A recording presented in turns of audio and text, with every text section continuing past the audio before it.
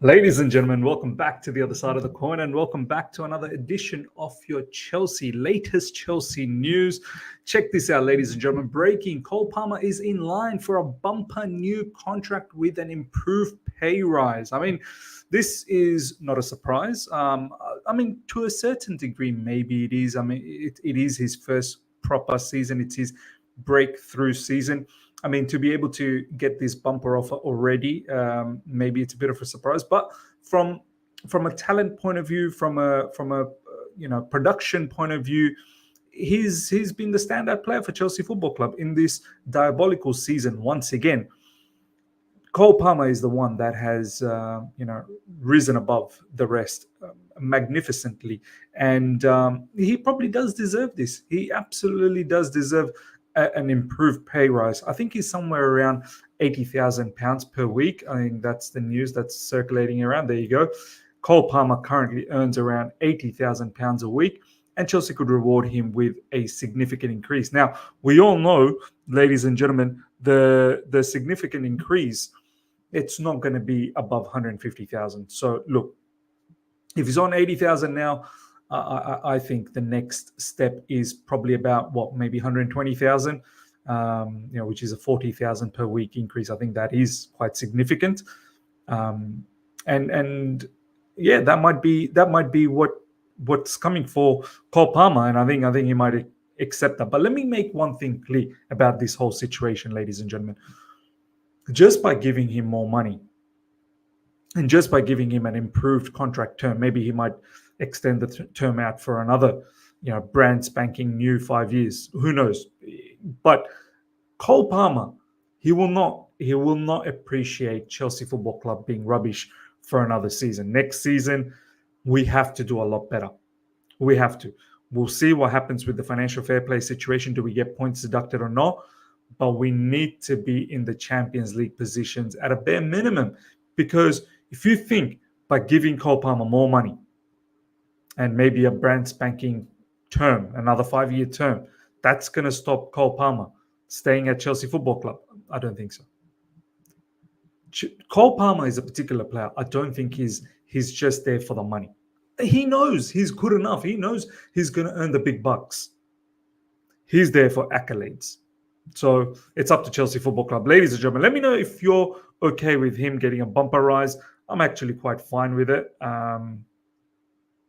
If you had more players that performed like him, maybe the club would have waited a little bit and seen if this is just a purple patch or not. But the fact that he's so far beyond everyone else in terms of output, I think the club is forced to ensure that he gets a bumper deal. So let me know your thoughts about the whole situation. Do you think this is enough to keep him at Chelsea Football Club for long term? Insiders believe Cole Palmer is the current leading candidate to be named PFA Young Player of the Year. I honestly can't think of another player. I honestly cannot think of another young player. Maybe Kobe Mainoo comes into my mind, but Kobe Mainoo is not at the same impact as Cole Palmer has had for Chelsea Football Club. More than 20 goals and assists, goal contribution, more than 10 Premier League goals already so far. It's quite incredible. It is actually quite incredible. Honestly, I can't think of another player, young player, that deserves this award. 100% Cole Palmer. 100% Cole Palmer should be PFA Young Player of the Year. Should be receiving that award 100%. Now, next up, ladies and gentlemen, check this out. In regards to some managerial news, Thomas Tuchel and Jose Mourinho are not thought to be being considered despite being a short-term PR win.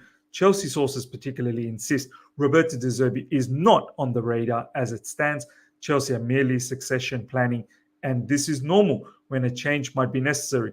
Considering Pochettino has a short contract, the club likely started this on day one. Look, I think the whole short contract isn't because Chelsea owners or the board think Pochettino is a bit of a stopgap. I think they've been hurt by the Graham Potter situation by handing out 5-year contract to him. So this is why the short-term contract for Pochettino. And to be honest, no manager should be getting more than 2-year contract, and there should be an option for 1-year extension. So the whole thing about Pochettino getting a short-term contract, I don't really think it's a short-term contract. I think it's a normal contract, and I honestly don't think the club was looking at this as a short-term thing. And since Pochettino started, we were planning on a succession planning. I don't think so. I think the club really thought that Pochettino was going to be someone who's going to take us, far into the future. But it's not really worked out. And on top of that, ladies and gentlemen, there's confirmation. Thomas Tuchel and Jose Mourinho are not thought to be considered despite being short-term PR win. So it's clear whoever is the next manager is not going to be one of these serial winners. No. It's not even going to be Roberto De Zerbi, it seems like, who's one of the most, up-and-coming, exciting managers in world football at the moment, along with a few others. And it's not even going to be him. So you can already tell, ladies and gentlemen, what type of manager we're looking for. 100% you can guarantee it's going to be yes man. More than anything, I think it's going to be Pochettino for next season anyway. We're going to be left with no good managers by the time we do the review. So most likely, Pochettino is going to stick around. Chelsea owners don't want to rashly sack Mauricio Pochettino. There is still belief the season can be turned around. They still believe the season can be turned around. There is no turning around anymore. We needed to beat Burnley. 3 points was a necessity. We needed to get 3 points there, move into the Man United game with a lot more confidence. Now the entire fan base is shattered, like as if we haven't been shattered all season anyway. We are now absolutely shattered to pieces. There's nothing to turn around. It's finished. There's literally nothing to turn around. And I don't expect Chelsea Football Club to now go on a mad winning streak. There's absolutely no evidence for that to happen. So the whole thing about Chelsea owners don't want to rashly sack Mauricio Pochettino, are you kidding me? There's nothing rash about this current situation. We've waited long enough. Pochettino should have been sacked months ago. The fact that he's still here now makes me think he's probably still going to be there next season, because these owners are all about the excuses. And they'll listen. Apparently they'll listen to Mauricio Pochettino and the excuses that he's got lined up. Don't be surprised if he's the manager for the next season, because there is no one out there proper to get. And it seems like we don't want anyone proper. It seems like they've found the perfect mouthpiece with Mauricio Pochettino. Next up, ladies and gentlemen, Chelsea have agreed a new contract with Alfie Gilchrist. The new deal will run to 2026 with option for a further year. I think he had about 3 months to go. I think this end of this season, his contract was expiring, so we've increased it out to another couple of more seasons with a further year option. So all up 3 years potentially. Look, kudos to this particular player, but I look at him as pure profit. I really just look at him as pure profit. There's nothing extremely special about Alfie Gilchrist. Not yet. He's a decent youngster. Shows a lot of passion, desire. You can see he's definitely playing for Chelsea Football Club, no doubts about that. He wants to play for Chelsea Football Club. But this is an opportunity for our owners and our board looking at this and thinking, wow, okay, here we go. We've now hyped up another academy player who's done decently since he's joined Chelsea's first team. Give him a contract extension. Let's secure his value, and then let's look at more pure profit down the track.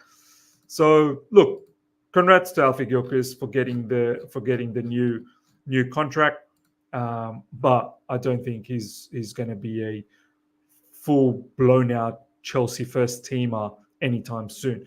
Chelsea are planning to loan Alfie Gilchrist to a championship club next season as part of his development, and 3 to 4 teams have already expressed an interest coming from Simon Johnson. This is great.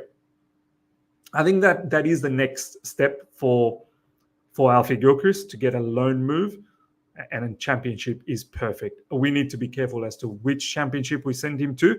I think it's been fantastic how we've been able to send Omari Hutchinson to Ipswich. Ipswich, I believe they're in the top 3 in championship. If not top, I think Leicester might have just taken over the top spot.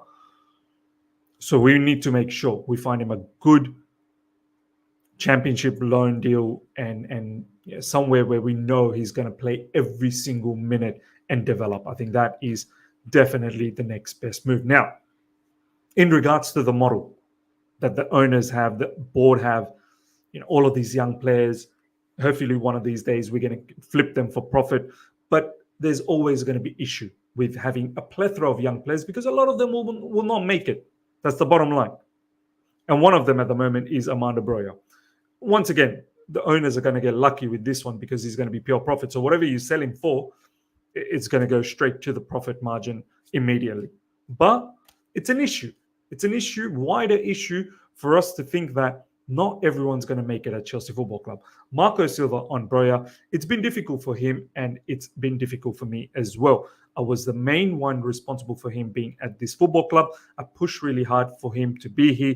I have to say that last summer, I tried to sign him when we sold Mitrovic. So there was interest, pre-existing interest on Armando Broja to Fulham. He's a player I really appreciate. He has all the abilities to play at the highest level. It's been tougher for Armando with all his ambition to play. When you go for a loan in the last days of the market, you expect the player to come and have an impact. But when you have a striker scoring goals the way Muniz has been scoring, it's not giving chances for the others. Yeah, you're right. Muniz is killing it at the moment at Fulham. So much so, ladies and gentlemen, as I speak, Fulham's actually playing. I think they're getting trounced by Nottingham Forest. Armando Broja is not even in the squad. So you best believe, Fulham are at a situation, ladies and gentlemen, where they rather pay us the 3 or 4 million penalty fee of not using him than actually using him. Stocks for Armando Broja has gone down massively. From the point where Maurizio Pochettino was linking Armando Broja in the likes of young Harry Kane, to the point where he doesn't even feature for the Fulham team on match weeks. So he's going to come back. He's going to be a bit of a problem. We've got David Datra Fofana, who's doing well at Burnley. We're looking for a striker as well in the summer. And Nicholas Jackson is obviously going to be there and thereabouts in the front 3 anyway. So Armando Broja's future at Chelsea Football Club, ladies and gentlemen, is bleak. And we're potentially not going to be making a lot of money out of him anyway. Next up, ladies and gentlemen, another problem. Kepa Arrizabalaga will return to Chelsea in the summer as Real Madrid have no intention of keeping him. He wasn't too happy about not playing, but he was respectful, coming from Fabrizio Romano. Look, apparently we're not looking at getting any more new keepers. We're quite happy with Petrovic and Robert Sanchez. I still have my doubts all over in terms of the goalkeeping position. Both Petrovic and Robert Sanchez, they lack something. Petrovic, I think, from a ball playing ball distribution point of view, I think there is definitely some sort of lacking. From a shot stopping point of view, recently he's been a bit dodgy, but overall I think Petrovic has been fine, commands the box a lot more, I feel, than Robert Sanchez. Robert Sanchez is probably superior when it comes to ball distribution, but then again, some of his ball distributions have been very strange. I feel like we needed to get a top goalkeeper, but that's not going to happen. Kepa, I don't think, wants to stick around at Chelsea Football Club. And the wages are too high as well. So we need to find a way to offload Kepa. And that is going to be a problem as well, ladies and gentlemen, for next summer. So that's the end of today's news, ladies and gentlemen. Let me know your thoughts about everything. Let me know in specifically about Cole Palmer. Do you feel it was time to get a contract, bumper, pay rise? Or do you think we could have waited? Do you think this is going to be enough for Cole Palmer to stick around as well? Ladies and gentlemen, hope you guys have enjoyed this. Smash the like button. If you're here for the first time, subscribe, hit the bell notification to stay in touch with all my content. I shall see you guys for a live stream tomorrow. Until then, everyone, take care. See ya.